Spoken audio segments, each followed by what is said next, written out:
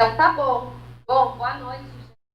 Apresentando, meu nome é Denise Tavares, sou advogada, atuo na área de privacidade e proteção de dados há 4 anos, né? Minha área de atuação era fusões e aquisições, e aí desde que eu mudei, enfim, desde que eu comecei a estudar o tema, eu gostei do tema e eu quis atuar nessa área. Eu venho desenvolvendo trabalhos junto com clientes e, de fato, colocando a mão na massa, trabalhando aí nesses últimos tempos, mesmo com a lei ainda distante de estar em vigor.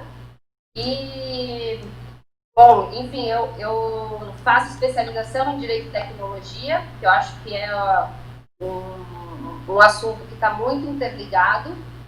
E esse ano também fui considerada entre as melhores advogadas do Brasil em relação ao tema e tirei uma certificação bem importante nessa área, que é uma certificação internacional do IAPP, que é a International Association of Privacy Professionals. Então, eu vim trazer hoje para vocês um pouco aí, não só da teoria, mas do que a gente tem visto na prática em relação à Lei Geral de Proteção de Dados.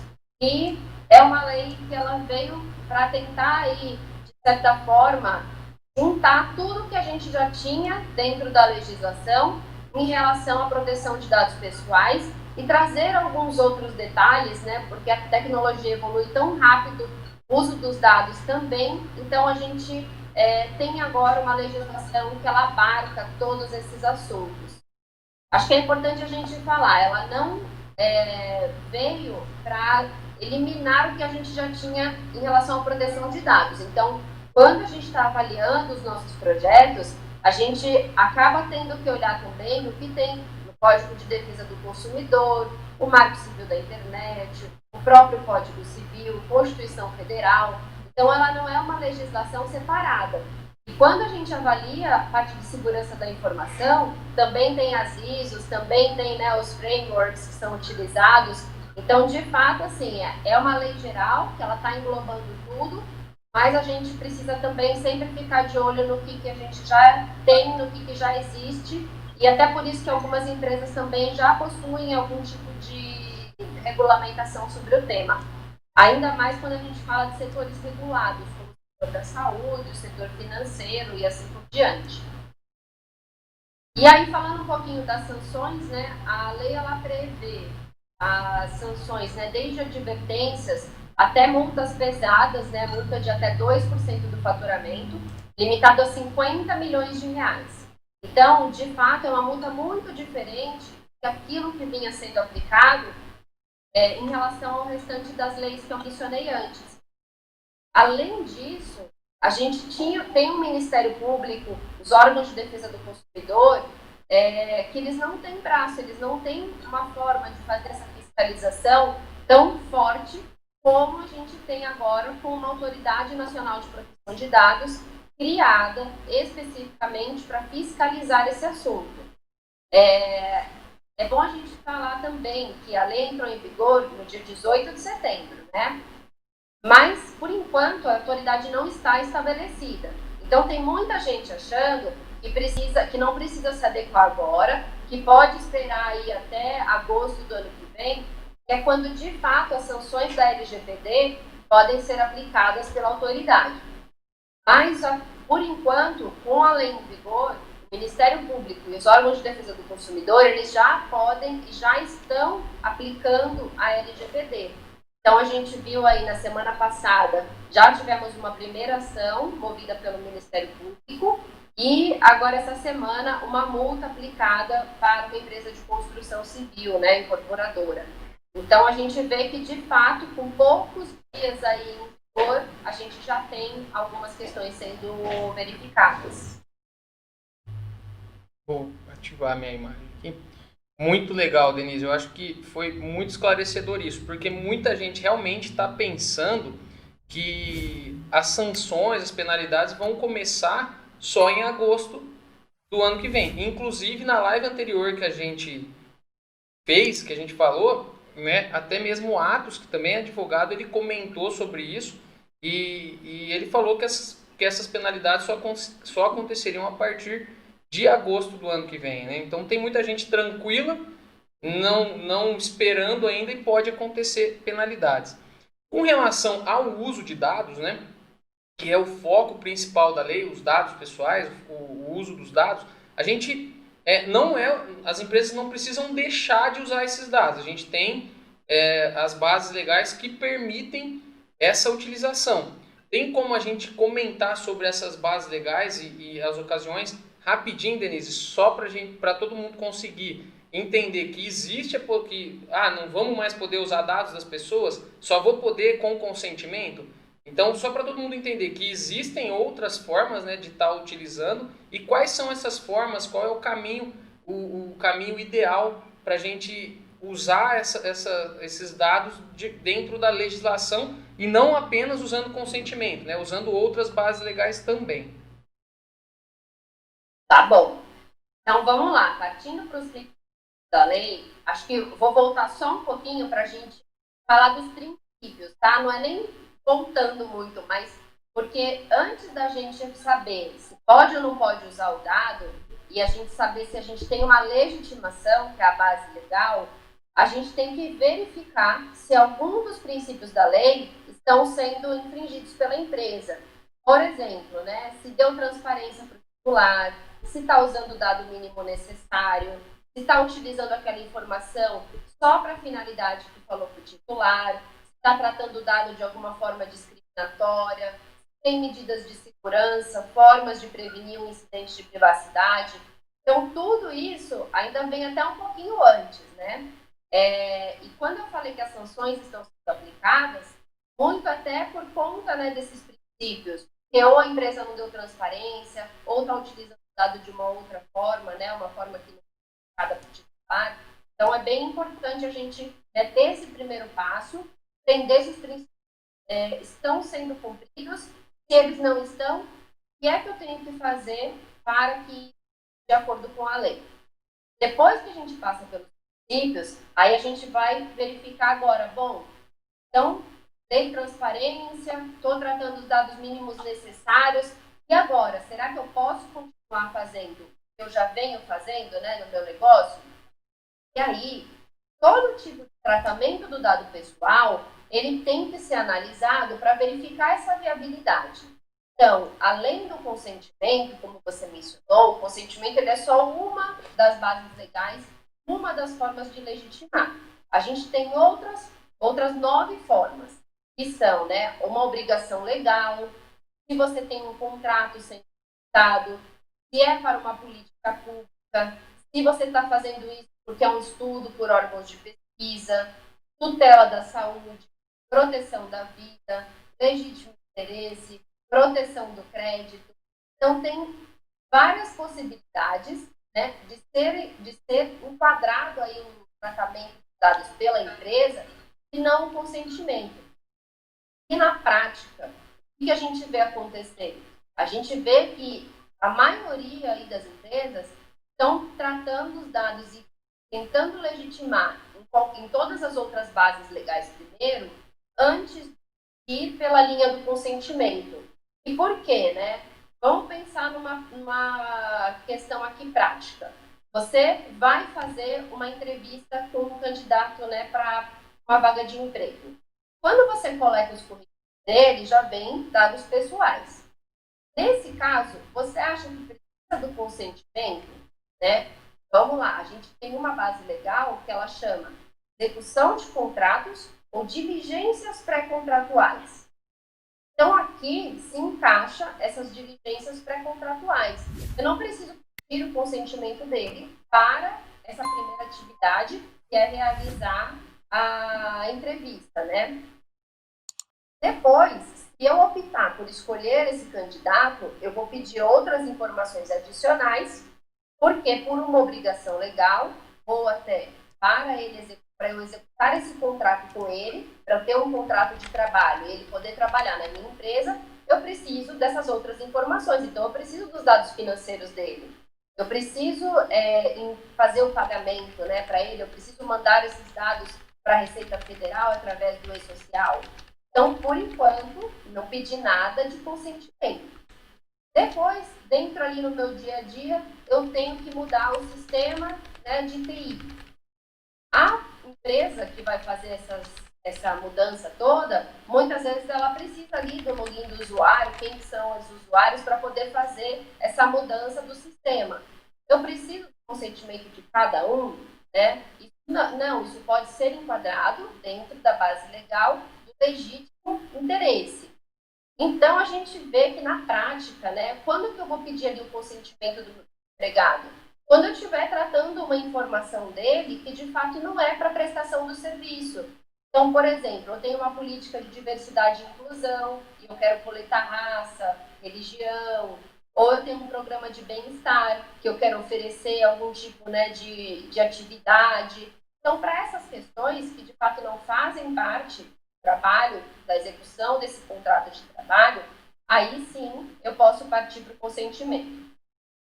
Por que a gente tem, né, essas questões aí de vamos deixar o consentimento por último, como última opção? Tem outras empresas que falam, não, vou me garantir no consentimento. Afinal de contas, eu só conheço o consentimento até hoje. Então, eu sei que o consentimento, se a pessoa assinou ali, pronto.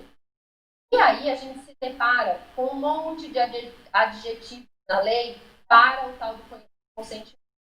Que são, né? O consentimento precisa ser livre, formado, equívoco. O que quer dizer?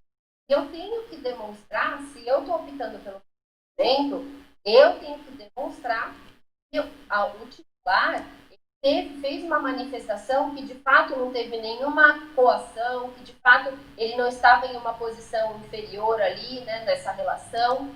Eu tenho que demonstrar que ele foi totalmente informado em relação a tudo que ia acontecer com os dados dele, a forma como esse dado ia ser coletado, armazenado.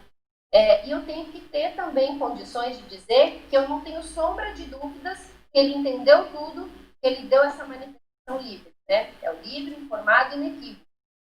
Então, assim, fica um pouco complicado você conseguir fazer um termo que as pessoas, de fato, não vão dizer depois que elas não leram ou que não entenderam direito. Um outro ponto é, quando você faz o seu tratamento pelo consentimento, você vai precisar gerenciar isso depois. O titular, ele pode revogar o consentimento a qualquer momento. Então, pensa numa empresa que ela tem vários canais de comunicação com o titular. O titular liga na empresa, fala que quer fazer um cadastro. Depois, ele vai lá na loja física e pede para descadastrar ele. Aí ele vai no site, preenche a ficha de cadastro de novo. Então, se você tiver pelo consentimento, você vai ter que ficar gerenciando isso. Agora eu posso ou não posso? Agora eu posso ou não posso? E realmente é algo que vai dar um pouco mais de trabalho. Tem ferramentas, né, tecnológicas para essa gestão de consentimento. Não é algo que vai ser fácil. Por outro lado, muitas empresas também entendem que o consentimento é uma forma delas chegarem e estarem mais próximas, ter um relacionamento mais próximo com o cliente. Então, assim, a gente vê que escolha da base legal, definição da base legal, além de ser algo jurídico, né? Porque, por exemplo, se for um cumprimento de uma obrigação legal, você precisa até saber que lei que está cumprindo. Você precisa também ter um entendimento do negócio. Então, saber se para aquele negócio, o que faz mais sentido, né? Por exemplo, para a instituição financeira, para algumas empresas, a gente vai usar muito a base legal de proteção do crédito. Para empresas da área da saúde, proteção da vida e assim por diante. Não sei se ficou claro, me diz aí. Bom, pelo que eu vi aqui, Denise, o pessoal achou extremamente claro. Para mim, ficou claríssimo. Bom, dando sequência, né, eu acho que todo mundo entendeu as bases legais. São assuntos que já têm sido muito abordados, né? Quem já está há um tempo aí estudando e pesquisando sobre já viu um pouco, né, sobre a questão das bases legais. E aí a gente tem um outro tópico que seria quais são os direitos, né, que o titular dos dados possui. Então, com a LGPD, ele passa a ter alguns direitos, né? A gente viu que empresas grandes, como o próprio Facebook, já criou opção de portabilidade de dados, dá para exportar, tem a opção de exclusão, anonimização. O que é isso? Quais são os direitos reais aí que os titulares têm, Denise? Você consegue dar uma palhinha para a gente? Sim, vamos lá. Muita gente fala que a lei empoderou os titulares, né? E aí, quando a gente vai olhar cada um dos direitos, você fala, nossa, mas eu já ouvi falar sobre isso. Porque, de fato, a gente já tinha isso, como eu falei, no Código de Defesa do Consumidor, Marco Civil. Só que o que acontece? A gente não tinha uma efetividade.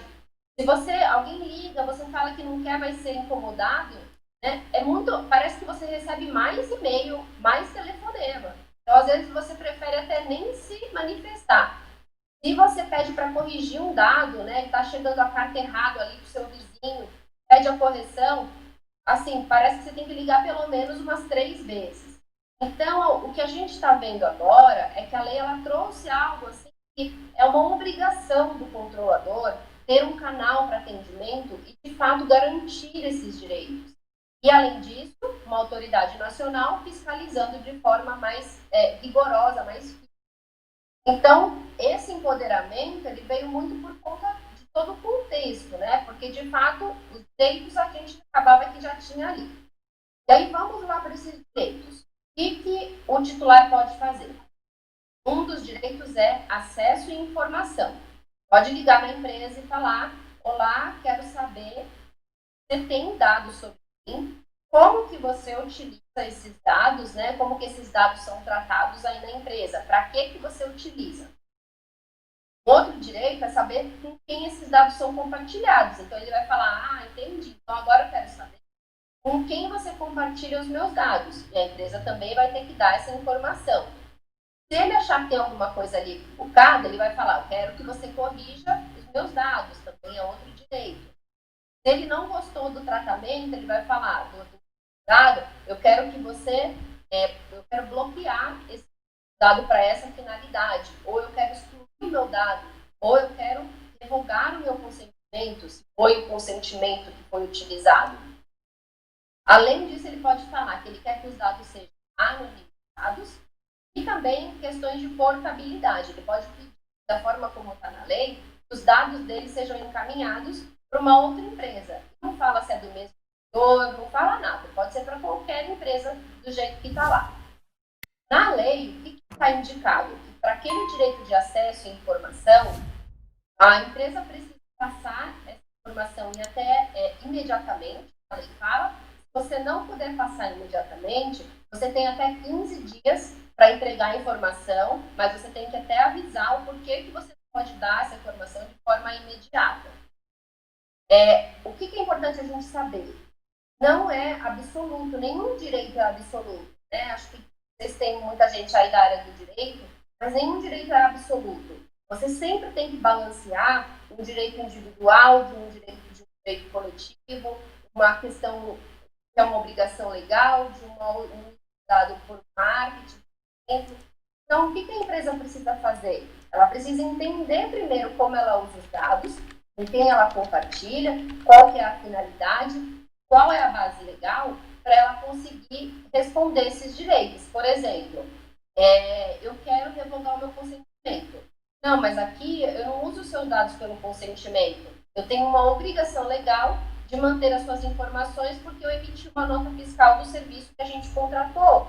Ou pelo meu exercício regular do direito, né, que é eu poder usar os dados em processo judicial, eu armazeno essas informações pelo período de 5 anos, né, um exemplo, que é o tempo que você pode entrar com uma ação contra mim e eu posso querer ter informações para defender. Então, é isso que eu estou falando que não é absoluto, mas se a empresa não entender como ela usa os dados, vai ficar muito difícil ela responder os titulares. E aí, uma outra questão importante, né? Quando a gente fala de priorização da lei, um dos pontos prioritários é justamente essa questão de atender o titular, porque a autoridade não está estabelecida. O Ministério Público não tem braço para chegar em todas as empresas. Então, quem que vai fazer essa denúncia? Quem que vai indicar que o direito está sendo violado? É justamente o titular. Ele vai lá falar com a empresa não tem um canal para atendimento, já é um ponto negativo. Ele vai lá, tem um canal para atendimento, mas ele não consegue fazer a solicitação, ou a empresa não responde no prazo. Ele também pode fazer uma denúncia. No canal no site do Ministério Público, né, o Ministério Público do Distrito Federal, tem uma página, você pode fazer, qualquer titular, qualquer pessoa pode entrar e fazer uma denúncia. Então, a gente vê que, de fato, essa é uma das questões prioritárias agora para a gente tratar agora na vigência da lei. A gente tem uma pergunta aqui, Denise, eu acho que vale a pena a gente responder já, porque está diretamente ligado a isso que a gente acabou de falar, né?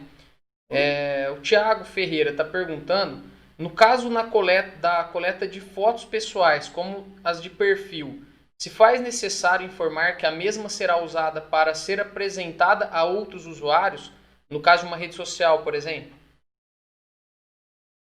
Olha, se você está falando que quando eu coloco a minha foto, precisa ser indicado que vai ser disponibilizado para outros usuários, se é isso, eu estou colocando ali a minha foto da minha livre e espontânea vontade, e as redes sociais têm dentro das políticas dela as formas como as informações são utilizadas e o que pode ser feito e o que não pode dentro da rede social. E a gente está falando, né? E quando você fala coleta, dá a entender que alguma empresa está tirando uma foto ali que está na rede social e utilizando para uma outra finalidade. Por esse caso, a gente tem, né, que entender para que a empresa está pegando a foto lá na rede social, qual é a utilidade que ela vai fazer. Porque a foto, como ela pode revelar raça, ela pode revelar religião, ela muitas vezes, dependendo da sua finalidade, ela pode ser considerada um dado pessoal sensível. Então, você tem ainda uma restrição ainda maior para tratar essa informação. Vamos supor que uma empresa de headhunter entra lá no LinkedIn, pega a sua foto, seus dados para fazer um cadastro. Tá? Ela não pode fazer isso sem a sua autorização. Isso não é só da LGPD. O próprio Código de Defesa do Consumidor fala que ninguém pode, né, ser colocado em um banco de dados sem ter conhecimento. Então, tudo tem que ser ali acordado, tá? Não vou dizer que é consentimento, não é consentimento. A base legal, a gente tem que avaliar de acordo com o contexto, de acordo com a finalidade. Mas a informação, saber para que ela utiliza, isso é primordial para a gente entender como que esse assunto funciona.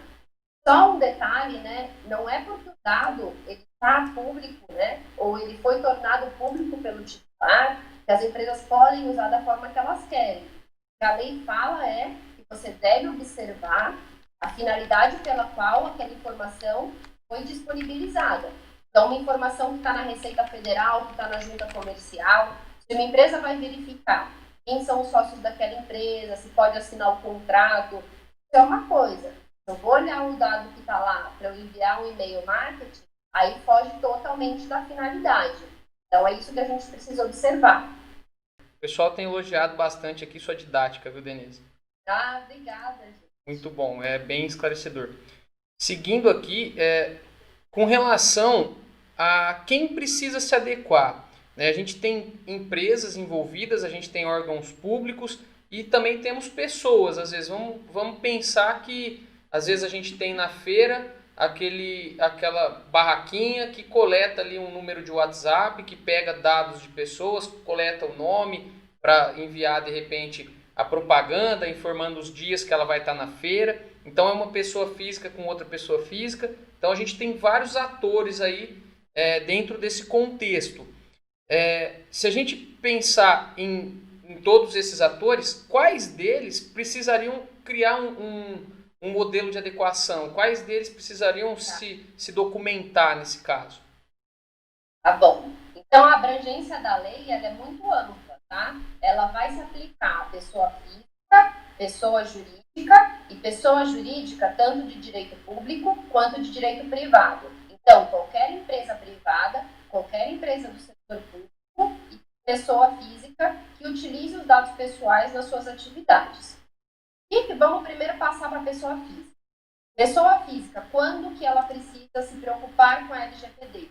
Quando ela usa os dados pessoais para uma finalidade econômica. Se eu convido algumas pessoas para uma festa e deixo uma lista lá na portaria, eu não preciso me preocupar com a LGPD, eu não tenho um econômico nesse caso. Agora, eu como advogada, eu não posso ficar saindo disponibilizando informação deles. Verificar alguns pontos aí da lei. Vamos falar de pessoa jurídica, né?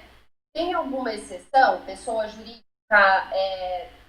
porte médio, pequenas e médias empresas e uma empresa gigantesca, né, multinacional, por enquanto não tem. Tem previsão que a autoridade nacional ela pode estabelecer um regime diferenciado, tá? Ela pode estabelecer regras diferentes para pequenas e médias empresas, mas por enquanto a régua é igual para todo mundo. Quer dizer que todo mundo vai ter que observar a lei da mesma forma. Na prática, o que acontece de diferente?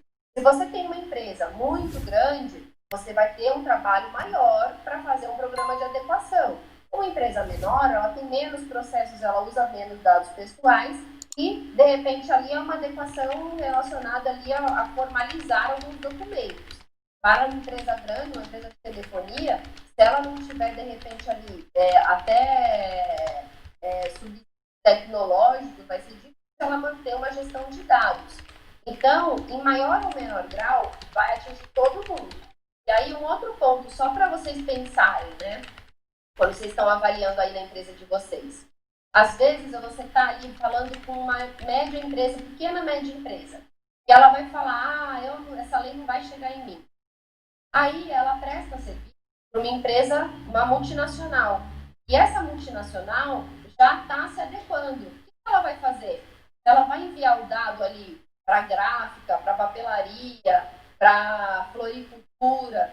E floricultura, às vezes, tem até nessas questões, né, de empregado mesmo, você dá os dados quando tem, né, nasceu o bebê e tudo mais. Então, a empresa passa dados para empresas menores. Você vai passar seus dados para quem você não sabe se tem segurança, você pode ser responsabilizado por ele. Né? A lei ela traz responsabilidade solidária, os dois respondem juntos. Então, você vê que é um efeito dominó. Mesmo que a empresa ache não vai chegar até mim, pode chegar. Estou ajudando agora uma pessoa que ela é basicamente ela é quase uma pessoa física, né? Ela só é PJ porque ela criou ali o CNPJ dela por questões tributárias. Mas ela dá palestras. Ela falou, Denise, eu estou sendo barrada porque as pessoas estão exigindo que eu tenha um contrato adequado com eles e que eu garanta todas essas questões da LGPD. E a gente está trabalhando agora nisso. A gente já viu que praticamente todo mundo vai precisar se adequar, né? Como a gente ainda não tem uma resposta com relação ao porte, né? Que eu acho muito interessante essa questão do porte da empresa. Se a gente pegar a legislação fiscal mesmo, os enquadramentos são diferentes, né? E isso aí eu acho que é justo. Mas temos que esperar para ver. De repente, né? Nunca acontece. Mas você sabe que, por exemplo, não é só o porte, né? Você imagina uma fábrica enorme, basicamente ela não tem dados pessoais de outras pessoas, só dos seus funcionários. Você vê uma startup que o negócio dela é fazer, né, profiling, analisar os dados de todo mundo. Então, é muito complicado você fazer essa distinção, né? Lá na Europa, a gente tem uma análise pelo volume do tratamento de dados e o tamanho da empresa pelo número de funcionários. Então, faz bastante sentido isso. Sim, sem dúvida. Bom, Denise, com a chegada da legislação, muita gente, obviamente, né, principalmente as empresas, as startups, quem trabalha diretamente com marketing digital, com dados, né, pessoais, ficaram muito preocupados. Mas eu vejo, por um outro lado, né, tem muitas pessoas otimistas. Eu vejo muitos advogados, pessoal da área de TI, até eu tenho visto algumas pessoas da área contábil envolvidos com a LGPD, entendendo a LGPD como uma oportunidade aí, uma possibilidade de trabalho, porque vai surgir um cargo, né, que é o DPO, e nesse cargo ele exige algum tipo de formação, ele exige uma certificação igual a que você fez, tem a da Exim também, né, Exim. Então tem algumas empresas já oferecendo certificações. Existe a obrigatoriedade de algum curso de comprovação de conhecimento, ou a partir do momento que uma pessoa estudou e parte do princípio que ela entende das formas de adequação, de como a empresa tem que estar para estar adequada, ele pode exercer essa profissão. E todas as empresas vão ser obrigadas a ter um DPO. Como que vai ficar essa questão do DPO? Tá. Bom, deixa eu falar um pouquinho da parte otimista da lei que você comentou. A gente vê a adequação à LGPD como um diferencial competitivo, sabe? As pessoas elas já estão um pouco cansadas desse uso indevido dos dados, essa bagunça feita.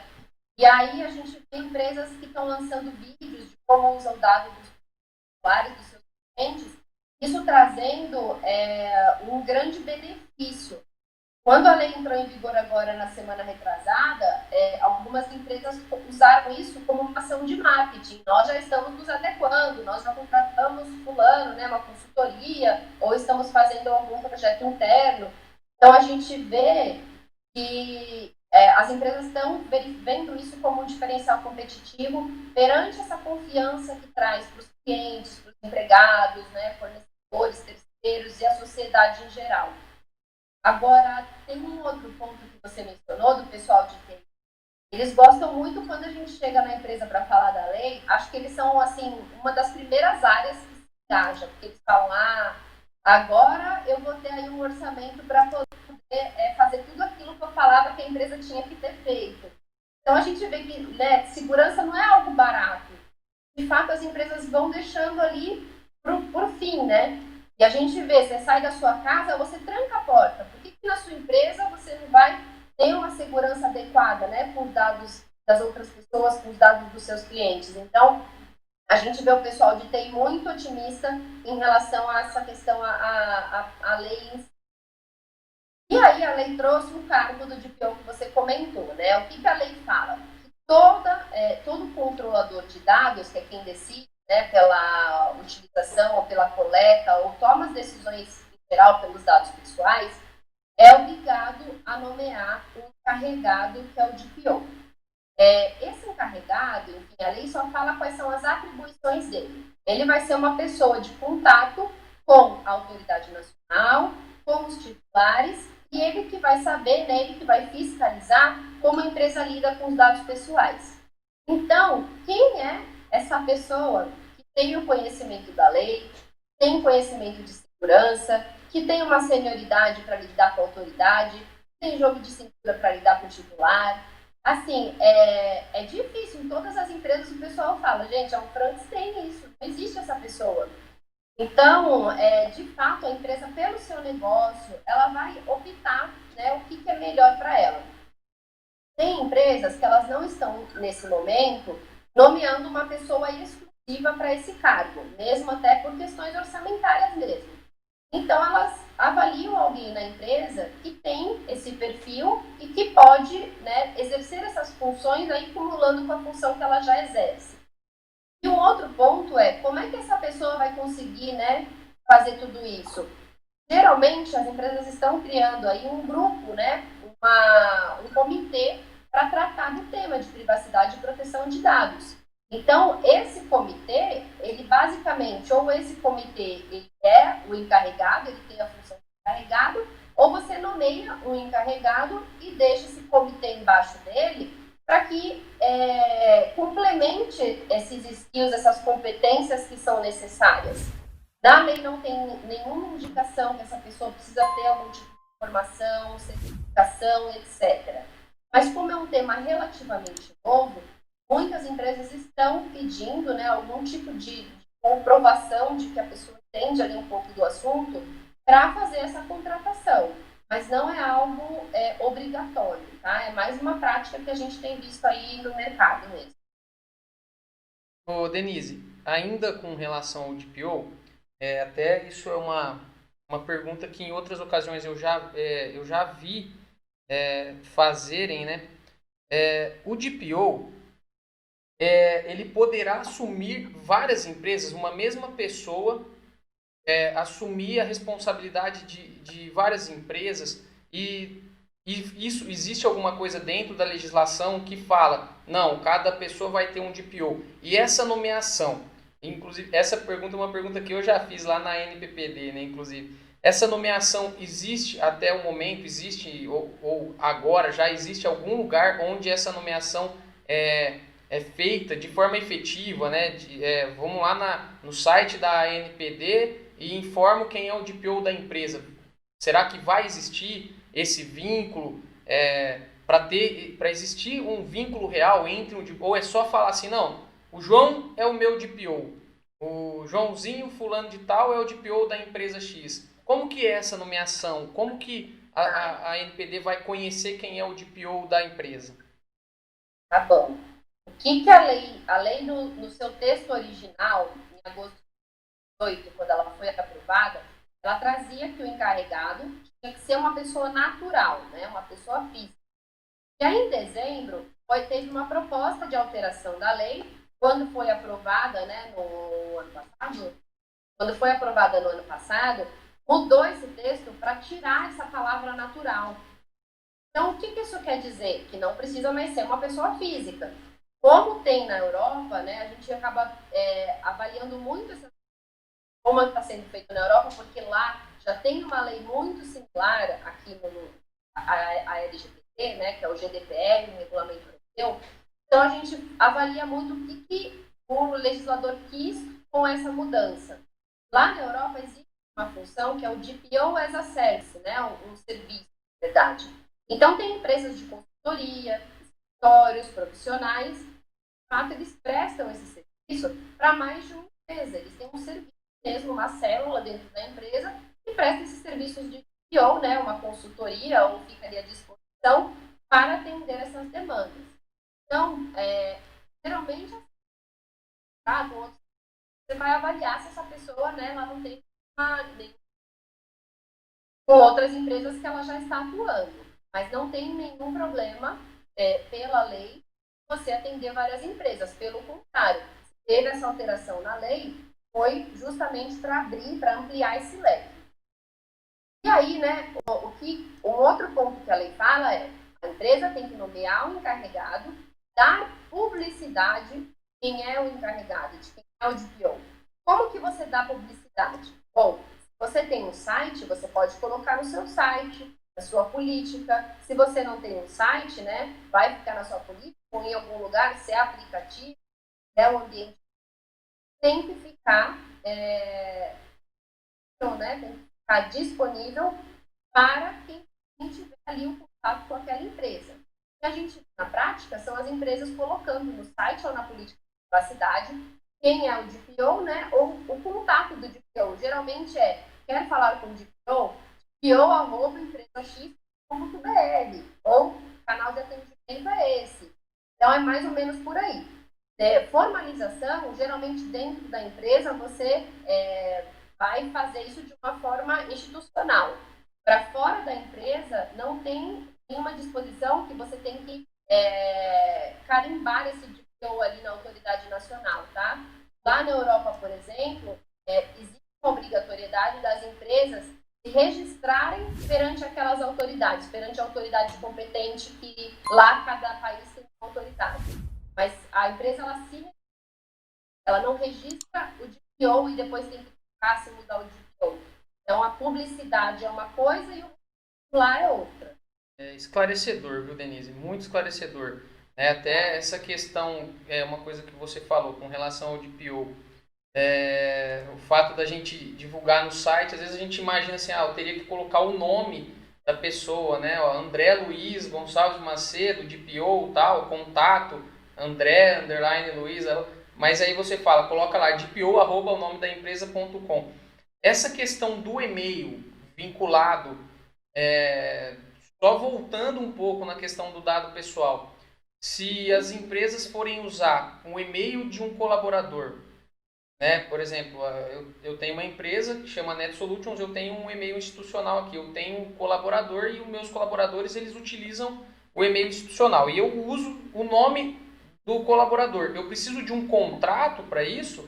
Ou o fato dele ter criado esse e-mail, ele já está consentindo com isso? É uma coisa que poderia vir a gerar algum problema ou não? o fato do e-mail, porque nesse caso o e-mail é um dado pessoal vinculado à empresa, você identifica, né? Isso aí é um problema ou não? Olha, a gente tem aí algumas visões em relação à parte trabalhista, tá? Mas deixando de lado a parte trabalhista, qual que é a base legal que você teria para o DPO prestar esse serviço? É a execução do contrato, né, de trabalho dele ou do contrato de prestação de serviço dele. O contrato precisa ser formalizado? Não necessariamente. Aí a gente vai para o direito civil. Não é porque o contrato não está formalizado que ele não é válido, né? Pode ser um contrato válido que não está ali todo escrito. Qual que é a recomendação? Se você está exigindo de uma pessoa atribuições, obrigações, é bom que isso esteja documentado, que ele saiba quais são esses papéis e responsabilidades dele. Depois, se ele falhar em alguma coisa, você vai dizer, ah, mas eu tinha te falado, falou aonde, né? Quem ouviu?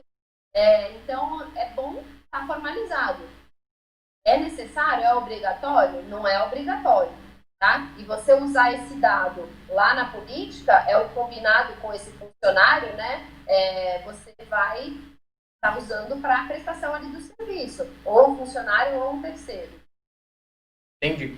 Ô, Denise. Inclusive, o consentimento não é nem recomendado, tá, para isso. Porque você tem uma situação aí de uma relação de emprego, como é que você vai falar que o consentimento foi livre? Você chama lá o funcionário e fala, você vai ser um DPO. Ele não quer perder o emprego dele, ele vai falar, faz o que você quiser, né? Não tem consentimento nisso.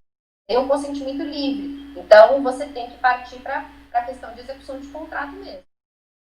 Tá. Nesse caso da execução de contrato, então, hoje o indicado seria nós termos contratos tanto com os clientes quanto com os colaboradores, fornecedores e todos aqueles que de alguma forma compartilham dados pessoais com a gente, porque se a gente pensar aqui eu trabalho com assistência técnica e às vezes eu pego o dado de um cliente, esse dado para mim tem uma finalidade, porque eu preciso mandar um equipamento que não é meu, que é desse cliente, para uma outra empresa que presta serviço de assistência para mim. Então eu tenho envolvido o titular, a minha empresa, a empresa de transporte que vai levar um documento, que tem um pedido, que tem uma nota fiscal, que tem os dados daquele cliente, e eu tenho a outra empresa que vai prestar o serviço usando esses dados. Depois essa outra empresa vai usar outra transportadora para mandar esse equipamento novamente para mim. Então, o dado pessoal,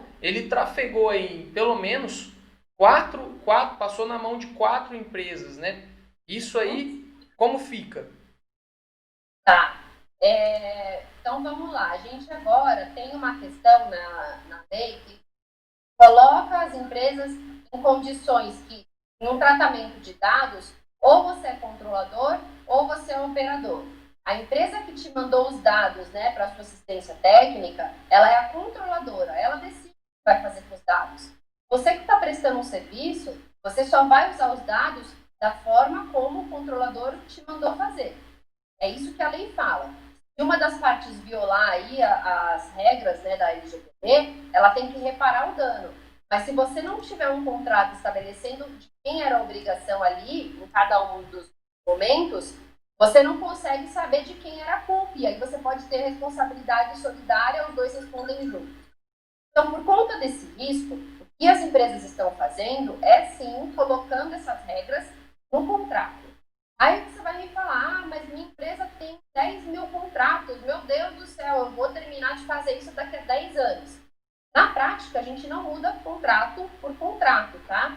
Na prática, o que a gente faz é verificar a natureza dos contratos que a empresa possui, fazer aditivos que cubram os pontos relacionados àqueles contratos. Então, você faz 2, 3 tipos de cláusulas padrão para a forma como a empresa usa dados pessoais ou que ela precisa de terceiros, e você vai anexando, né, nos contratos, você vai aditivando esses contratos. Em relação ao ambiente interno do empregado, é muito mais fácil você dizer como os dados dele são utilizados e deixar tudo certinho dentro de uma política interna para os funcionários. Porque se você fizer uma mudança no contrato social, no contrato de trabalho, toda vez que você mudar a forma de tratamento do dado, você precisa mudar o contrato de todos os funcionários. Então, por uma questão lógica de praticidade, a política ela é suficiente, desde que ela esteja acessível para o funcionário. Teve gente que perguntou aí da questão do funcionário poder ser penalizado, tá? Vou aproveitar aqui para responder, a gente está falando agora desse termo. Funcionário pode sim ser penalizado. A gente tem indicado nas políticas, né? E até na política da forma como o funcionário pode usar os dados, né, dos clientes, dos fornecedores, de terceiros, e a infração a uma regra daquela norma, né, da norma da empresa, em relação a dados, pode dar advertência. Se ele for reincidir ou for algo grave, pode dar demissão. E penalidade para ele também pode haver. Né? Se a empresa deu treinamento, se a empresa tinha política e mesmo assim o funcionário agiu de má fé, ele pode ser penalizado, tá? A gente inclusive tem um caso, uma enfermeira, ela está respondendo, né? Respondeu criminalmente pela venda de dados do hospital. Aí acho que você tinha falado mais alguma. Eu ia só comentar você falou desse trâmite aí, né, de parceiros e tudo mais. De fato, lembra que eu falei do efeito dominó aí, de uma empresa que está contratando, vai tomar cuidado com quem ela contrata, e você comentou de transporte, né? Teve um caso, que estava ajudando a conformidade, e ela é uma empresa que ela é fabricante de eletrodomésticos, e ela tem uma transportadora que leva, né, os eletrodomésticos para casa de quem está comprando, clientes. Ela passa as informações pessoais dos clientes para a transportadora poder entregar, né, a mercadoria lá, a compra dela. Nesses casos, eles tinham muita reclamação do motorista lá do caminhão, que pegava às vezes o telefone da pessoa, ia lá uma menina ali que ele gostou e ficava mandando o WhatsApp depois. Tinha muito problema com isso. E aí eles iam até trocando de fornecedor. Então, é mais ou menos isso que vai acontecer também. A pessoa lá, você está se adequando à lei. Você gastou para isso, né, tempo, dinheiro, você vai ficar transferindo seus dados, né, para quem você não confia que está fazendo a mesma coisa? Pois é. É um problema. O Denise, no início a gente falou sobre o consentimento, né? O Renato, ele perguntou aqui sobre o consentimento e eu falei que a gente já tinha respondido isso no início, né? Só que o que aconteceu? Aconteceu alguma falha no som no comecinho da live e eu acho que não ficou claro com relação àquilo quando a gente falou das bases legais, né? Porque ele perguntou aqui se o consentimento, até me perdi aqui, mas ele perguntou se o consentimento, aqui ó, para manter os dados, as empresas devem se precaver utilizando o consentimento formal, né? Eu imagino que ele entenda que seria o ideal um contratinho, pegar uma assinatura, alguma coisa assim. Só esclarecendo mais uma vez, quando você falou das bases legais, só para o pessoal que acabou não conseguindo ouvir, vamos dar uma recapitulada com relação às 10 bases legais que a gente tem, porque muita gente fica preso nessa questão do consentimento ainda, né? E você deixou muito claro que isso não é, na verdade, uma das últimas a ser usada. Então, só para a gente tentar regularizar essa questão que falhou o som. Tá bom. O que a gente comentou, né, é que assim, o que a lei fala, que a empresa, né, ou o controlador, ele só pode usar o dado pessoal se ele tiver uma base legal que legitime esse uso. É uma das hipóteses que tem na lei. Dentre elas está o consentimento, mas ele não tem maior ou menor força que as demais 9 opções. Então, a gente comentou, né? Se você está usando o dado para prestar um serviço para o seu cliente, você está pedindo aquela informação para execução de um contrato. Você não consegue entregar uma mercadoria, né? O cliente fez uma compra no e-commerce. Você precisa dos dados dele, do endereço dele, do nome, para entregar a mercadoria. Você precisa do consentimento para isso? Não, porque o consentimento é uma das opções. Eu vou falar que eu estou fazendo isso para a execução do contrato. Vou deixar isso na minha política, tá? Não preciso ficar falando sobre isso toda hora. Depois, se você, por exemplo, a pessoa, ela foi lá, fez a compra, você entregou a mercadoria. Você precisa emitir uma nota fiscal. Então, às vezes, ela não precisou do seu CPF para entregar a mercadoria na sua casa, mas agora ela precisa do seu CPF para emitir a nota fiscal. E isso é uma obrigação legal, uma outra base legal. Eu não preciso pedir o consentimento dela para usar esse CPF. A pessoa comprou um produto, né? Ela comprou um artigo esportivo. Aí começou, eu tenho agora no meu e-commerce vários produtos similares. Eu posso mandar um marketing para ela usando uma base legal que chama legítimo interesse, que ela fala que é para uso para o interesse do controlador ou de terceiros e para promoção, apoio e promoção, né, como um dos exemplos, e que eu não esteja ferindo nenhum direito e nenhuma liberdade do indivíduo. Então, eu avalio essa base legal. Se eu puder utilizar ela, eu também não preciso do consentimento.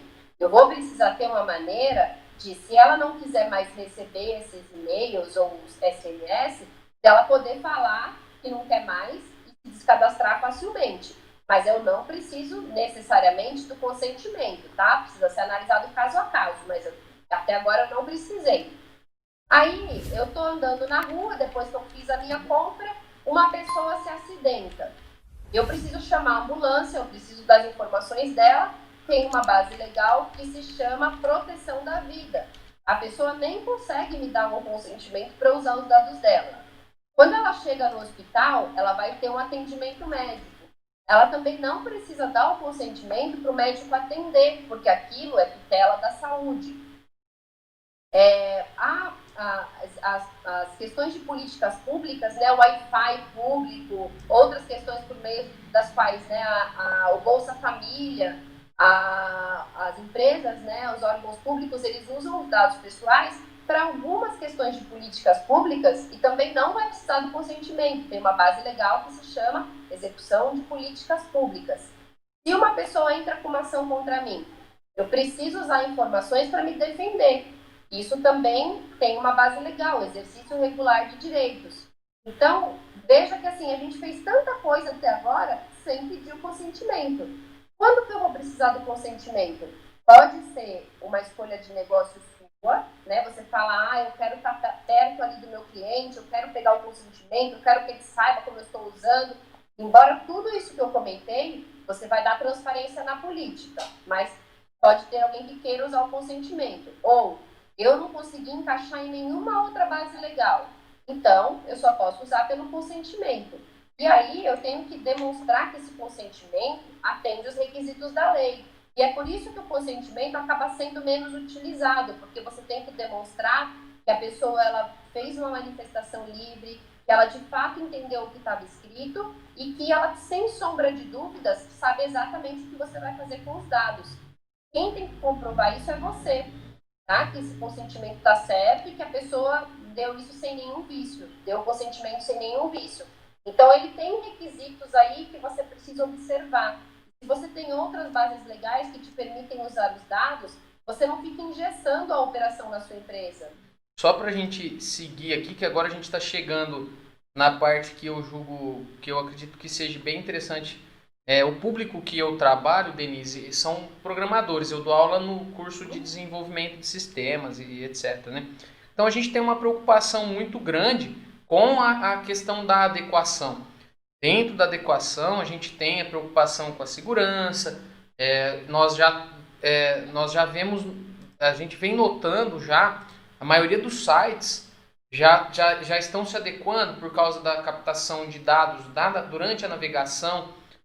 Eu não cheguei a reparar, mas a gente sabe que a Netflix, a Amazon Prime, né, vídeo, eles têm algoritmos ali que vão capturando, às vezes, o gosto do titular, no caso, né, para oferecer para ele uma melhor experiência. Inclusive, é esse termo mesmo que geralmente as empresas que entregam esse tipo de serviço utilizam. Eles querem aperfeiçoar a experiência do usuário.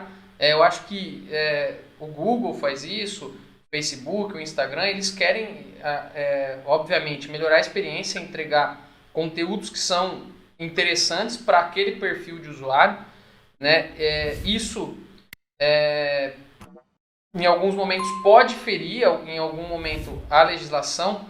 No caso dos sites, quando você consente, quando a pessoa acessa um site, ela está tentando acessar, ele praticamente ele insere um aviso, mas é obrigatório, na maior parte dos casos, você aceitar aquilo, né? Ou você aceita, não tem a opção, não quero que você faça coleta dos dados. Né? Então, é uma coisa que ao mesmo tempo que eu quero que a empresa me entregue um serviço melhor, né? Eu quero que a Netflix, eu quero que a Amazon conheça o que eu gosto para que eles me ofertem uma demanda melhor para mim, uma coisa que eu sei que eu vá consumir, né? E isso realmente melhora a experiência. A preocupação da lei deve ser com a utilização desses dados aí de uma forma em segundo plano. Então, por exemplo, ele capturou aquilo que a gente entende, né? Eles criam um algoritmo que entende um pouco mais daquele ser humano especificamente. E com base nessa experiência que eles conseguem de um ser humano, eles podem ofertar produtos de uma forma diferente e eles conseguem, em alguns casos, às vezes, influenciar uma massa de pessoas, né? Ou uma pessoa em específico. Isso foi um assunto tratado no documentário, né? E alguém comentou do documentário que está inclusive na Netflix, eu não lembro o nome do documentário, eu assisti.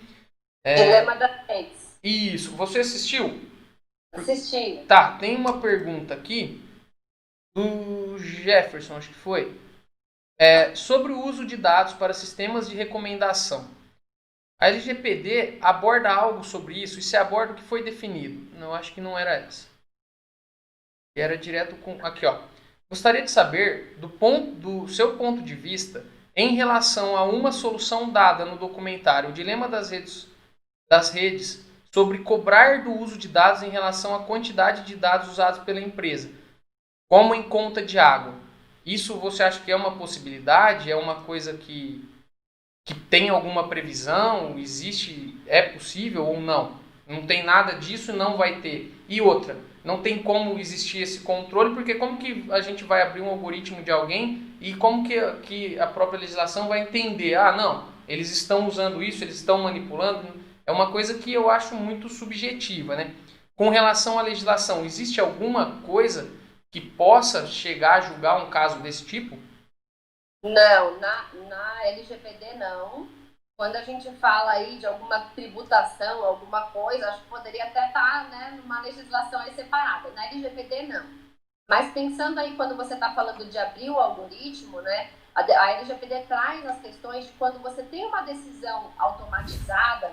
Então, por exemplo, você pede um crédito, né, no banco, às vezes você pede pelo celular, ninguém está avaliando as suas informações.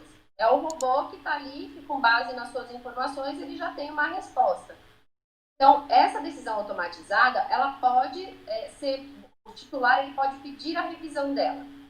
E aí, pode inclusive chegar a autoridade nacional pedir para uma pessoa natural explicar como é que esse algoritmo chega a essa decisão. Mas o que tiveram muito cuidado de inserir é que resguardados, né, os segredos industriais e de negócio. Porque você abrir um algoritmo, às vezes você revelar o segredo ali da sua empresa, né? Ou como que você está conseguindo. Então é bem complicado. O que a gente vê aí do dilema das redes, depois desse documentário, muitas contas do Facebook foram deletadas. E o que a gente fala sempre é a falta de transparência, né? Você não sabe como seus dados são utilizados. Quando a legislação europeia entrou em vigor, o PayPal ele colocou lá na política, né, porque era uma obrigação você indicar as empresas que você compartilha os dados, mais de 300 parceiros com quem eles compartilham as informações. Então, são coisas que só depois de uma lei dessa é que você começa a ter essa ideia, né? E eu acho que, assim, quem tem filho, principalmente, né, essa questão do dilema das redes pegou muito. Por quê? Você está lidando com uma coisa que não é todo mundo que tem esse discernimento, né? Adolescentes, crianças, algo que você está manipulando de fato o que ele vai ser daqui para frente, porque você define as opiniões, né? Por exemplo, aquela coisa de você gostou de uma coisa, você só vai ser direcionado para ver aquilo. Você nunca sabe o outro lado. Você não tem uma outra opinião, você não consegue mais debater, você não sabe mais o que de fato é certo ou errado, porque você só tem uma visão. E isso é cada vez mais comum. Então, você precisa ter essa ideia, você precisa entender como os seus dados são utilizados para que você consiga, de certa forma, quando você quiser, sair desse ambiente, né? Você vê que aquilo ali é feito de propósito para você passar mais tempo, mais tempo, mais tempo. E tem quem goste, tem coisas que são bacanas, mas você tem que também ter ali um senso, um equilíbrio em relação a isso. E é isso que essas leis vêm trazer. Vem trazer essa questão, quando você falou, eu uso os dados para melhorar a experiência. O que é melhorar a experiência? Para uma pessoa pode ser uma coisa, para outra pessoa pode ser outra. Então, isso é uma questão que tem que estar melhor detalhada. Você tem que falar exatamente a finalidade pela qual você usa o dado pessoal. Essas questões genéricas, elas não estão mais sendo consideradas. Tá? Isso tende a mudar. A mesma coisa em relação aos cookies, né, que você estava comentando. Você entra num site, as suas preferências estão sendo avaliadas ali e tudo mais. Qual é a boa prática? Né? A nossa lei entrou em vigor há 2 semanas. A lei na Europa já está há mais de 2 anos. Então, a gente sabe que não é do dia para a noite, é uma mudança de cultura e isso vai acontecendo aos poucos. Lá, muitos sites já fazem o seguinte: você aceita ali ou não os cookies, mas você tem uma forma granular de aceitar ou não determinado cookie. Por quê? Quando você entra em um site, você tem algumas questões, alguns dados que é obrigatório para que você continue navegando. A empresa precisa coletar. Outros dados ela coleta para fins de marketing e outros para fins de analíticos, né? Fazer as análises, data, etc. Então, muitos sites que você vê na Europa, eles já estão adequados, eles colocam lá geralmente, né, aquela caixinha de ferramenta, onde você pode mudar as suas preferências. Então, dependendo do site, você entra lá e você fala assim, não aguento essa loja aqui, me manda um monte de coisa. Eu vou lá e vou mudar a minha preferência, vou falar que daqui eu não quero que ela avalie a minha preferência, né, o meu comportamento. Então, isso é bem polêmico, né? Teve um caso, por exemplo, que ele é bem famoso, não sei se todo mundo aqui já ouviu falar, de uma empresa lá nos Estados Unidos que eles faziam tanta publicidade direcionada e o pai ficou sabendo que a filha estava grávida de tanta coisa que chegava lá oferecendo fralda, leite, mamadeira, e aí acabou, né, achando estranho e ficou sabendo.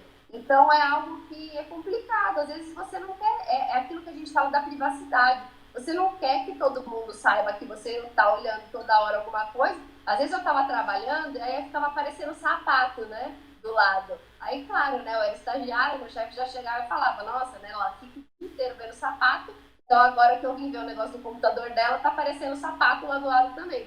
Então é algo que às vezes você quer bloquear e você precisa ter essa opção. E é isso que o dilema das redes vem trazer, essa falta de opção que a gente tem. Essa questão da gente realmente virar um produto, que é aquilo que eles falam, né?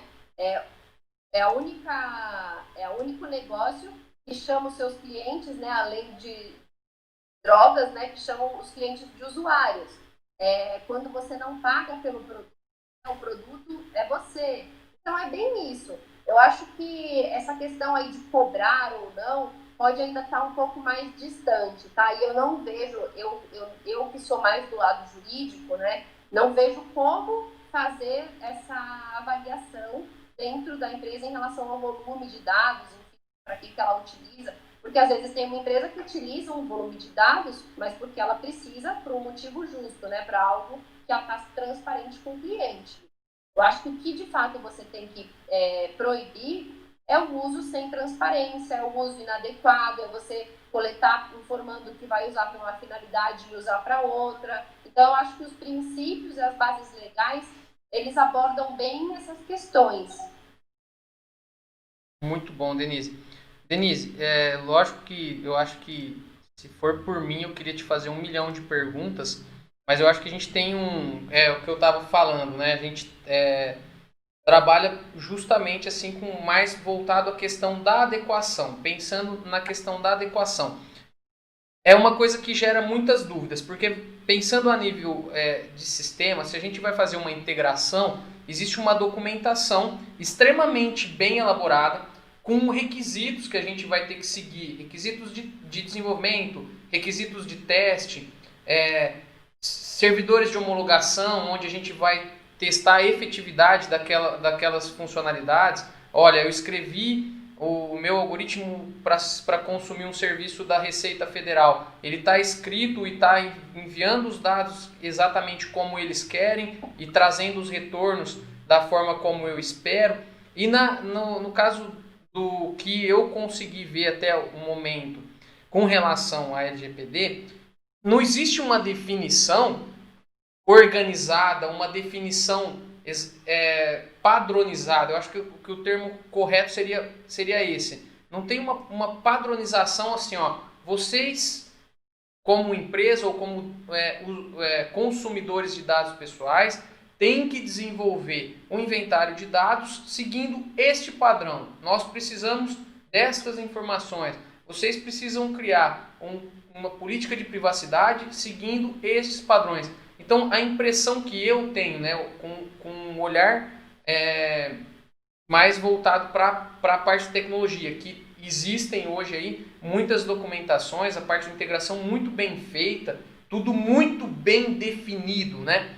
E aí a gente vê uma lei que deixa muito, muito vago muita coisa, muito subjetiva, uma NPD que ainda não existe e multas já acontecendo mesmo sem a existência da mesma. Com relação a estes documentos, né, digamos assim, que precisam ser criados.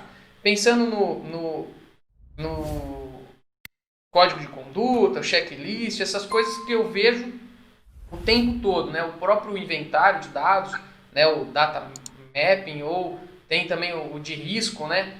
Então tem um monte de documento que eu vejo falar, eu vejo empresas vendendo softwares para gerir, eu vejo empresas falando sobre criptografia, sobre, talvez, obviamente não seja uma coisa que você consiga confrontar tanto, mas, por exemplo, algumas tecnologias que são mais seguras ou menos seguras, como que isso pode ser analisado se de repente, eu não sei como, mas se é dentro da formação da fiscalização em si, como que eles vão conseguir diagnosticar isso? Eles só vão diagnosticar a partir do momento que houve um vazamento, ou eles vão não, peraí, essa empresa tem um nível de segurança, ela tem um ótimo nível de segurança, mas aconteceu uma fatalidade de alguém conseguir quebrar esse nível de segurança.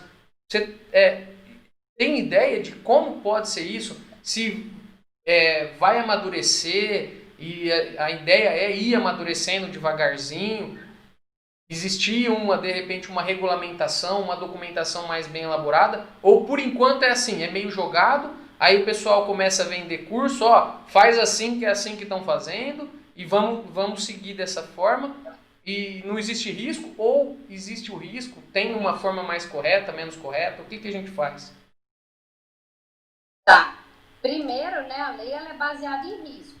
Como toda questão de processo, você vai fazer um diagnóstico, avaliar como a empresa usa os dados, como que a lei exige que ela usa, né, pelos requisitos e quais riscos você encontra. E qual é a criticidade desses riscos e que você tem que atacar primeiro.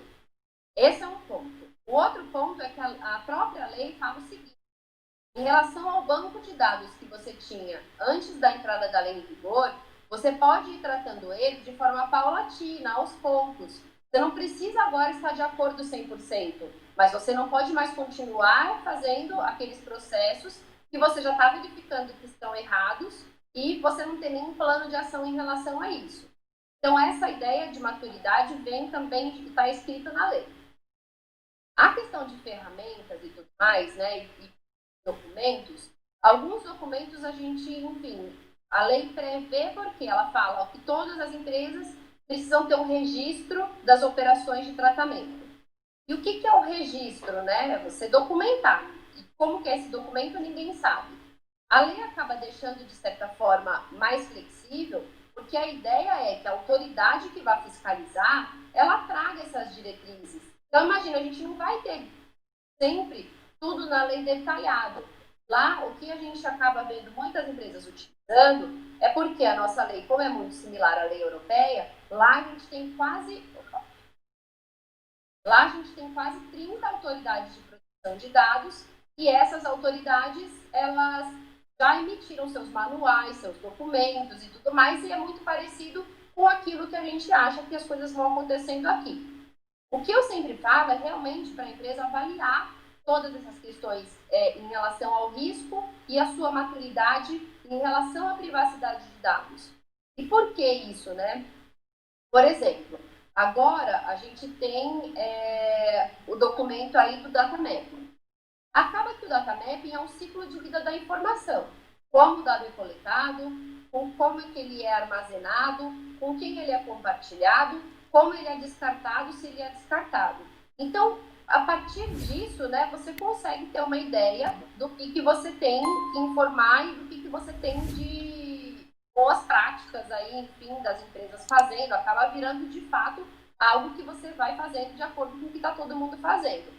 Algumas indústrias estão se juntando, né? Então, o setor, né, de financeiro, eles já estão conversando um com o outro, saúde, para conseguir ir se adequando enquanto a NPD ainda não está em vigor. Um outro ponto é a questão de ferramenta, né? Que você falou, sistemas e tudo mais.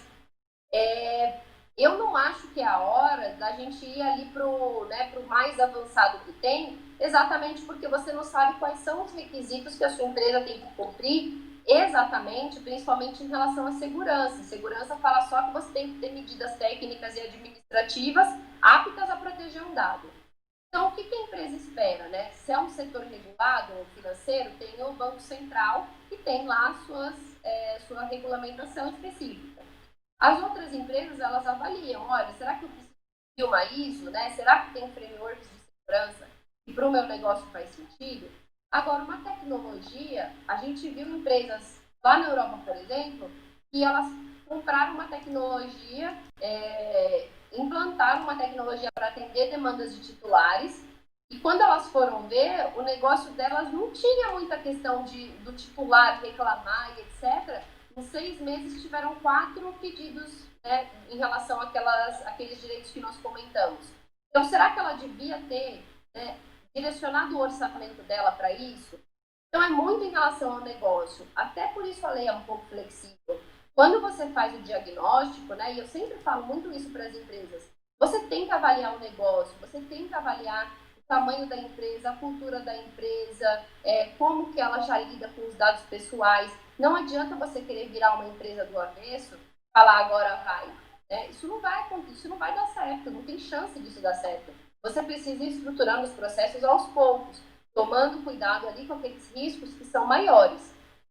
Os documentos, de fato, por exemplo, o relatório de risco, né, que é o DPIA que todo mundo fala, pelo menos até que na lei tem alguns requisitos. A notificação de incidentes também fala quais são os mínimos dos requisitos que você tem que informar. Então, tem algum direcionamento, né, de fato, que dá para ir montando algumas coisas. A política de privacidade, ela nada mais é do que você dar transparência de tudo que é feito com o dado. Então, você tem também alguns requisitos ali que você precisa agora indicar. Vai estar tudo 100%? Não, a gente tem uma autoridade que pode trazer alguma mudança. E até por isso que é bom você não partir para um grau lá elevado e você ir tratando as não conformidades de acordo com o risco e de acordo com a sua capacidade na empresa.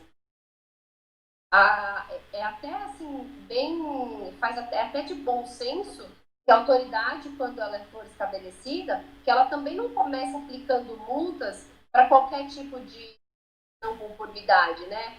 Você não tem uma política, multa. Não causou dano para o titular, não deveria ter uma multa de cara, né? Você pode ter uma advertência, ela te falar como que você deve agir. Agora, não é porque você tem um documento ali que não está exatamente como ela quer, se ela não agiu de má fé, se ela não está causando dano, isso não vai ser um problema. E o que você falou também sobre qualquer tipo de ataque, ou a empresa fez tudo que ela podia e como é que ela vai se defender. Isso a gente já vê hoje, né? O Ministério Público ele atua muito nessas demandas e a gente vê as empresas demonstrando que, olha, eu sofri aqui um ataque, né? Ou um sequestro de dados, invasão do sistema, mas eu tinha aqui, ó, uma segurança que era ok, eu tinha treinamento para os meus funcionários, eu estava fazendo tudo de acordo e mesmo assim, né, infelizmente, eu tive aqui esse incidente de privacidade. E a gente já viu hoje, por exemplo, a Boa Vista teve um incidente ano passado que ela não pagou multa, porque ela demonstrou que de fato ela tinha feito tudo. O Banco Inter teve um incidente que ele negou até a morte, e aí quando descobriram que de fato eles já sabiam antes, a multa foi elevada. Né? Você precisa se posicionar, você precisa saber aquilo que você faz de boa fé, de má fé, ter medidas rápidas para consertar algum tipo de dano. Então, a gente, na prática, assim, dá para começar. Não adianta, tem muita gente que acaba usando como desculpa, do tipo, não vou fazer nada porque a autoridade, porque a penalidade e tudo mais. Dá para começar, dá para a gente ir trabalhando aos poucos. E a questão sistêmica é algo que vai muito de acordo com a empresa. Tem empresas que os sistemas, de fato, eles estão todos descentralizados. Como que você atende uma demanda do titular? Ele pede para você corrigir. Qual sistema está o dado? Em qual banco de dados? Em qual diretório? Você não sabe nada. Aí, como é que você faz para garantir? E aí você falou, como é que é a fiscalização? Se um titular liga e fala, eu não quero mais que use o meu dado dessa forma, né, para fazer o marketing, e depois você mandou o marketing, às vezes até por conta de gestão de acesso dentro da empresa, um pegou o dado que estava num banco ali do outro, como que você faz? É ele que já está com a informação. Olha, eu pedi para excluir, a empresa me mandou um e-mail marketing. Gente, você não precisa de uma fiscalização. O próprio titular ele vai avaliando isso também. Denise, falando assim desse assunto ainda, né? Há um tempo atrás, eu estava vendo, eu andei vendo algumas palestras e tal, e tem alguns problemas assim relacionados à legislação e ao cumprimento dela, que eu vejo que são muito complicados de serem resolvidos. Por exemplo, uma coisa que foi abordada, acho que foi até a Patrícia, eu não lembro agora o nome, mas ela tem acompanhado bem de perto também a questão da LGPD, que ela expõe um caso onde uma empresa faz backup dos dados dela. Então, isso é legítimo interesse, eu acredito, né? Porque o dado é primordial para o funcionamento ali da empresa e tal, os dados daqueles clientes. Mas quando um cliente solicitou uma determinada exclusão, né, dentro daqueles backups, né, que existem, hoje tem empresas que têm backups de um mês, tem empresas que têm backups de uma semana, de um ano, não sei. Cada empresa pode controlar isso de um jeito. E ela deixou bem claro que a partir do momento que ele solicita a exclusão, tem que ser removido isso em cascata. Então imagina o tamanho do problema, porque como que eu vou excluir um dado que está em um backup, né, sendo que o backup já é uma coisa que já está ali para efetivamente se ocorrer um problema. Ele vai restaurar esse backup. Então eu estou vendo assim, programadores já fazendo planos mirabolantes, por exemplo, não, eu vou ter que criar uma base dos dados excluídos para mim armazenando o que foi excluído, porque caso eu restaure um backup, eu vou ter que ter um backup do que foi excluído para eu excluir o que foi. Então eu falei assim, gente, nós vamos ficar loucos, né, pensando nesse tipo de adequação a nível de sistema e ao mesmo tempo louco se a gente fala assim, não vamos mais continuar fazendo backups de uma semana, vamos fazer o backup de um dia ou de 2 dias. Existe realmente essa questão, olha, eu tenho um dado que ele está em repouso nesse caso, né, um dado que não está sendo usado, ele não vai ter finalidade de envio de e-mail, nada, mas se eventualmente ocorreu uma fatalidade naquela empresa, ela precisou restaurar um backup, pode acontecer de vir restaurado com este dado. E aí, se ela enviar um e-mail, então ela está sujeita a uma penalidade. Então, esse caso eu vejo da seguinte forma, tá? O que a lei fala é que acabou o tratamento do dado, então, sei lá, rescindiu o contrato, não tem mais uma obrigação legal, não tem mais por que você manter aquela informação, ou o titular pede para excluir, você precisa eliminar o dado. Essa é a regra geral, tá? E aí tem exceções, né? A empresa pode manter o dado pelo seu, se ela justificar, né, algum motivo que ela queira manter, por uma obrigação legal, ou para enviar para terceiro, desde que anonimizado, tem umas coisas meio malucas na lei assim. Mas tem uma ressalva na lei que ela fala o seguinte, que você pode responder para o titular, que você, enfim, apagou o dado ali, mas em alguns casos, se você tem algum tipo de... Eu queria lembrar agora exatamente o texto da lei, porque é bem interessante, eu não vou lembrar agora, mas o que está escrito você pode falar o seguinte, por tempo ou pelo investimento que é alto, eu não consigo excluir totalmente. Você tem uma forma de dizer isso, tá? E o que a lei avalia são essas questões, tá? É inviável para a empresa fazer esse tipo de retorno ali, fazer essa exclusão do backup. Então, o primeiro ponto, existe uma possibilidade de você responder para o titular ou para a autoridade e, de fato, aquilo ali era inviável. Eu vou gastar mais para atender o titular do que o meu negócio produz. Então, inviavelmente, é inviável economicamente. Aí, uma coisa só que a gente pondera é o seguinte, o quão difícil é você fazer isso, restaurar esse dado para eliminar, etc., e o quão fácil é para uma área de marketing pegar esse dado e enviar para a pessoa. Porque se for tão difícil quanto, o seu risco está muito reduzido. O que a gente fala que é um risco? É a empresa falar, tá tudo apagado, tá tudo ótimo. E aí vai lá e a pessoa recebe um e-mail marketing. Ela vai falar, falou que excluiu e eu recebi um e-mail. O outro ponto, olha, ela falou que excluiu, mas que de fato ela não consegue excluir da cadeia toda, porque não é viável, tudo bem, mas ela não vai me importunar mais, porque eu já pedi para ela não me importunar. Se você não importunar, qual é o seu risco? Você não vai causar um dano para o titular, né? Se você tiver alguma falha, vazamento, ele pode chegar lá naquele backup lá longe. Se você me falar é possível, você tem como comprovar que de fato, né, ou como comprovar, ou como demonstrar, enfim, que de fato era inviável esse tipo de situação, e a lei ela traz isso, tá? A gente sempre fala, essas questões que não são sistematicamente possíveis, a gente vê que de fato não vai ter nada disso. A mesma coisa da portabilidade. É viável hoje, você chegar e falar, ô empresa, eu quero que você mande meus dados para a padaria da esquina. Ele tem um sistema que consegue fazer isso. Às vezes, dentro da própria empresa, os sistemas não são interoperáveis. Como é que você vai fazer isso? Então, não é viável. O que está sendo feito na Europa já há 2 anos, porque isso não foi realmente viável também lá. Eles imprimem a informação ou disponibilizam para o titular e falam, olha, me desculpe, é inviável fazer isso, leva suas informações. Por que a lei fez essa previsão, então? Porque tudo está sendo muito rápido, inclusive, se eu não me engano, foi Google e Microsoft que anunciaram que eles estavam avaliando o desenvolvimento de um sistema interoperável aí para ser utilizado. Então, é algo que está previsto, agora pode ser que você não consiga cumprir, você precisa documentar, você precisa dizer que você tem um plano, você olhou seu risco, você entendeu como você usa o seu dado, você tem um plano que você entende que é viável. E aí você está, de certa forma, se resguardando na medida de tudo que é possível. Risco sempre vai ter, lei é risco. Né? Você não vai falar, estou 100% de acordo. Muda uma legislação tributária, você fala, agora já... Né? É complicado isso, a gente nunca vai estar 100%, né?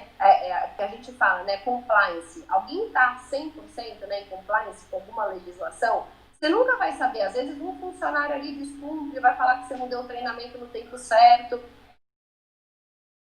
Por isso que a gente fala que é o risco. Sim. Denise, tem uma pergunta aqui do Rodrigo Ked, ele é um professor, trabalha junto comigo. Ele perguntou, qual é a responsabilidade das vans na comunicação dos dados? Aquelas redes privadas que facilitam a troca de informação entre empresas. Não sei se você já ouviu falar. Aí, isso aí vai acabar sendo estabelecido contratualmente, tá? Por quê? Por enquanto ali, ela acaba que não tem responsabilidade se ela não é ela que tem o acesso aos dados, se ela não trata os dados.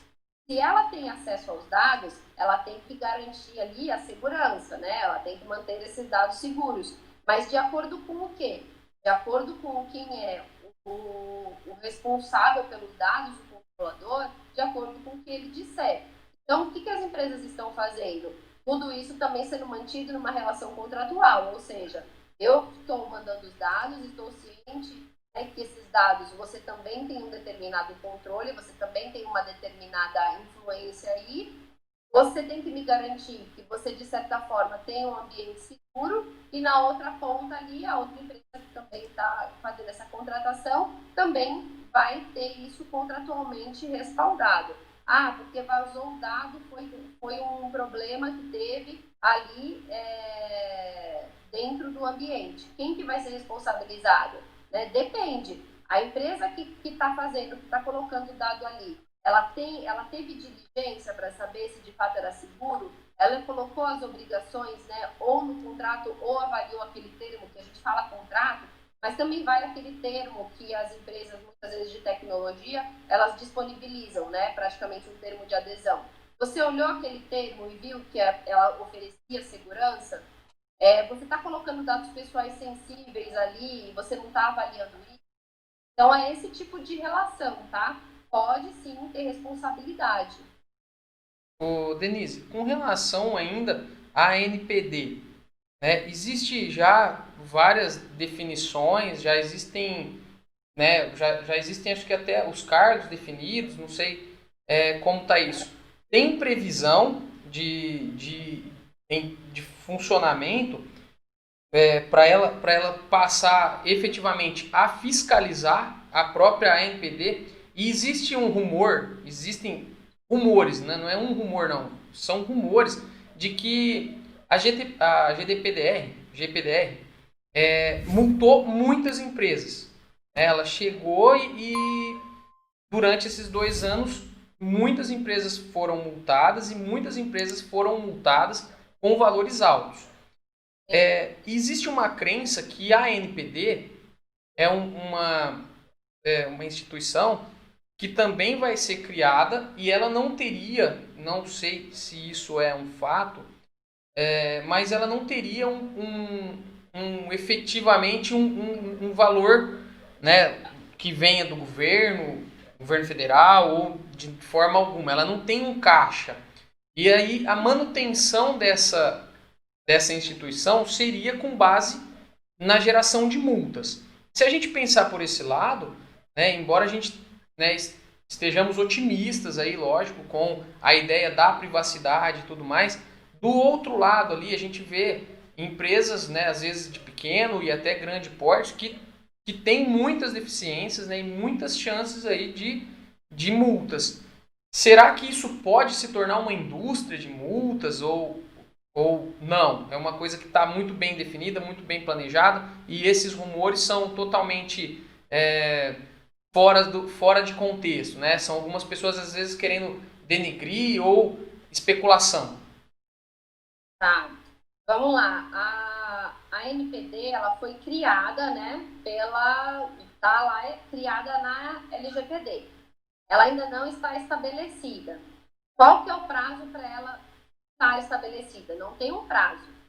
Mas quando a gente teve agora, quando a lei entrou em vigor, teve um decreto federal que que indicou qual seria o regimento, qual seria a estrutura da NPD para já dar algum tipo de andamento, né? Por enquanto, alguns nomes, né, foram... já tivemos algumas nomeações para os cargos da comissão, não da diretoria, né? Que são 5 cargos na diretoria e depois uma comissão ali de poucas pessoas. Da diretoria ainda não tem nenhuma nomeação. Então, que é quem vai tomar as decisões, né? Então, a autoridade, ela tem de agora até agosto do ano que vem para a gente ter alguma coisa estabelecida, porque é quando, de fato, ela já vai poder aplicar as sanções que estão estabelecidas na LGPD. Por que quem fala que ela não tem orçamento, né? Porque ela ainda é uma entidade que está dentro, está embaixo da presidência, embaixo da Casa Civil. Ela não tem autonomia própria. Isso sim a gente tem prazo. A gente tem um prazo de 2 anos a partir da entrada da lei em vigor para a NPD ter essa autonomia própria e ter orçamento e ter tudo isso que a gente falou que seria um problema. Por questões de falta, né, de verba agora, ficou esse período ainda que ela vai ficar embaixo da Casa Civil. O que a gente vê de aplicação de multa fora é aquilo que eu comentei que as empresas estão fazendo, que é ilícito hoje. A empresa não dá transparência, usa o dado de forma inadequada, usa o dado de forma ilegal. Então, isso tem dado multas altas. Agora, a empresa não formalizou um documento, né? Não teve dano titular, como eu falei. A empresa não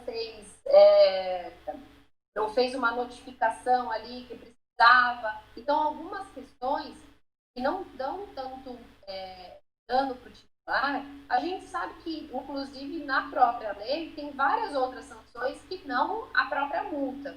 Tá? Então, é diferente quando a gente vê, sim, tiveram muitas multas na Europa para essas empresas que tratam os dados de forma totalmente irregular. Você está tratando dado de boa fé, você ainda não tem um plano de adequação, você está em andamento e no meio daquele plano aconteceu um incidente, pode ser que dê multa por conta do que você falou, de ser uma indústria e de começar, né, a querer, igual a gente fala das multas de trânsito e tudo mais. Pode, né? Sempre tem essa chance.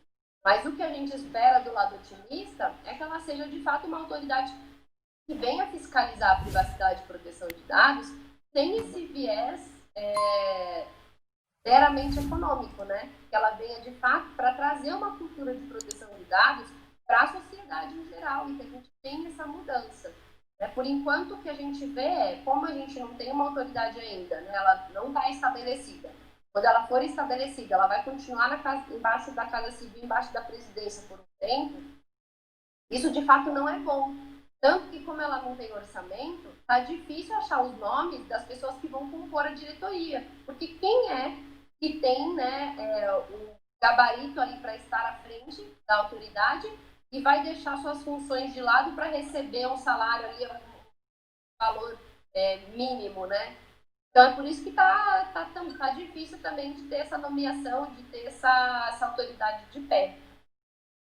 É uma pena, né? Pois é. Bom, Denise, eu acho que está dando o nosso horário, eu acho que foi muito produtivo, né?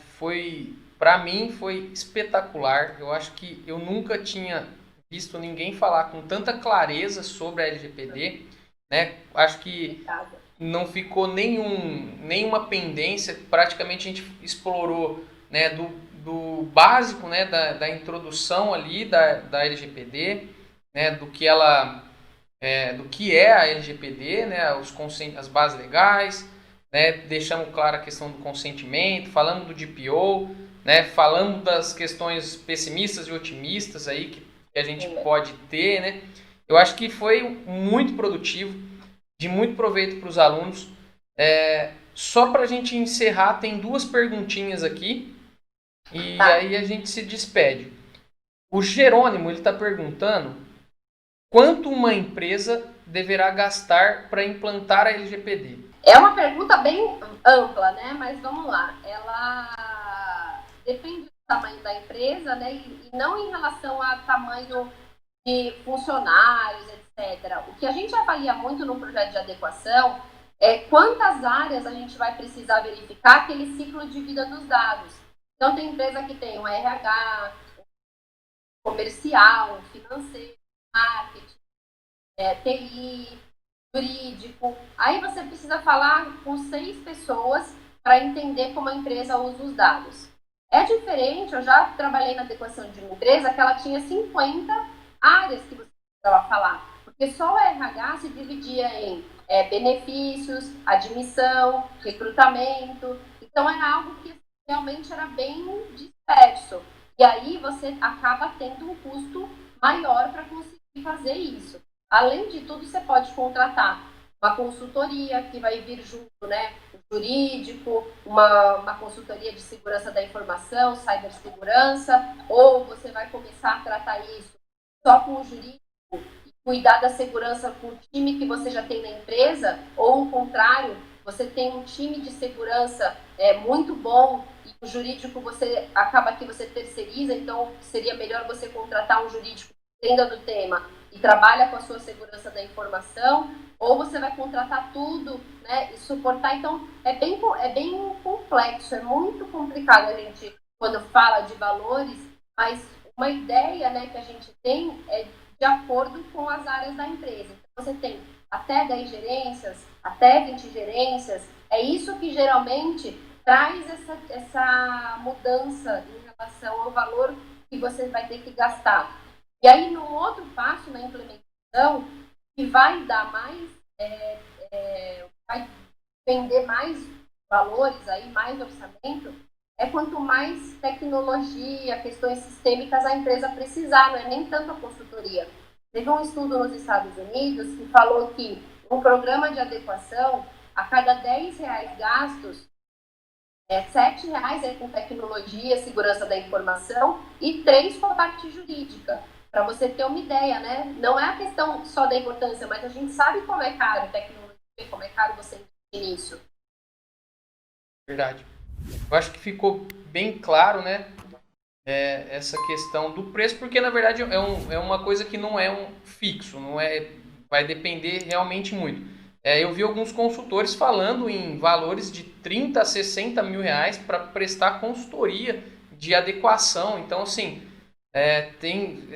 eu acho que tem muita coisa para ser analisada, né? Não tem como sair cobrando 30, 60 mil de qualquer empresa.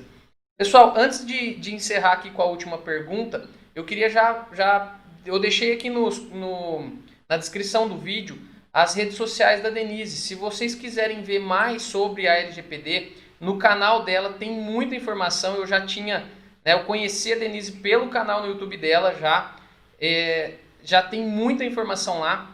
Deixei também o Instagram dela aqui na descrição, que também tem conteúdo lá praticamente todo dia, né, Denise? Ela está sempre deixando um conteúdo. Então, antes de encerrar aqui, antes da gente responder a última pergunta, se vocês puderem já, segue a Denise lá também, né? Se inscreve no canal dela no YouTube para vocês continuarem acompanhando sobre a LGPD, porque na verdade a LGPD é um tema que não vai mais acabar, né?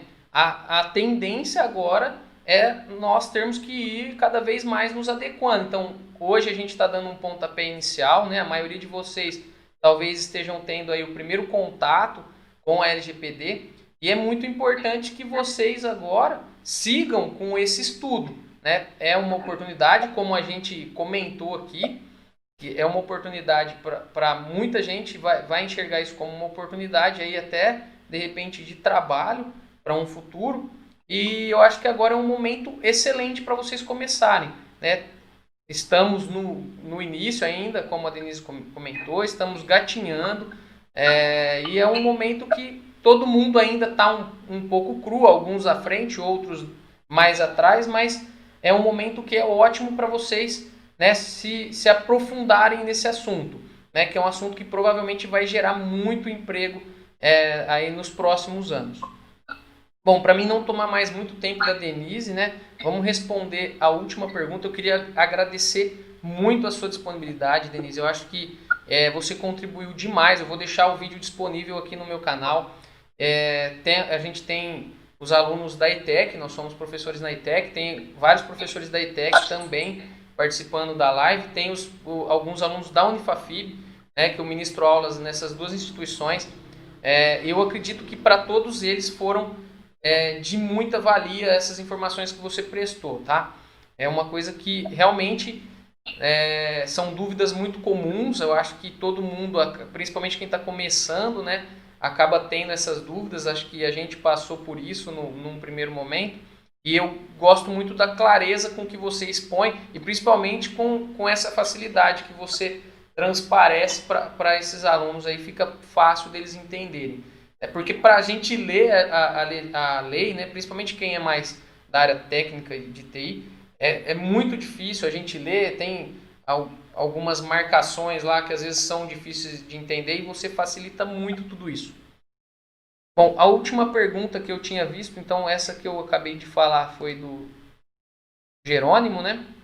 tem algum tipo de punição para a empresa que causar um malefício planejado, por exemplo, uma perda de performance a um usuário por ele não ter aceitado que seus dados sejam usados? Uma das questões que a LGPD traz é se a informação for necessária para o serviço ser prestado, você precisa deixar isso claro para o titular e dizer para ele qual é a consequência dele não fornecer os dados.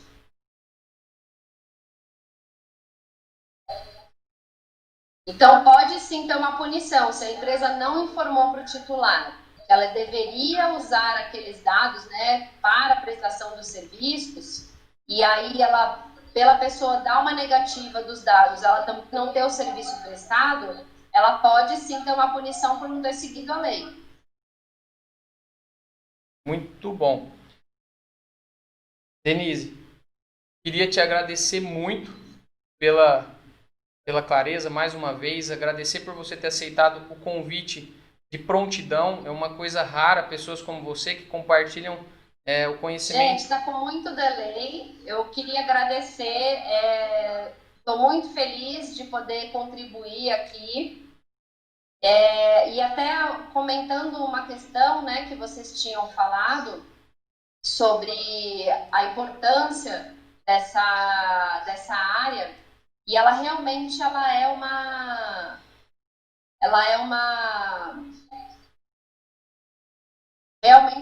é uma forma de vocês demonstrarem ali uma nova habilidade.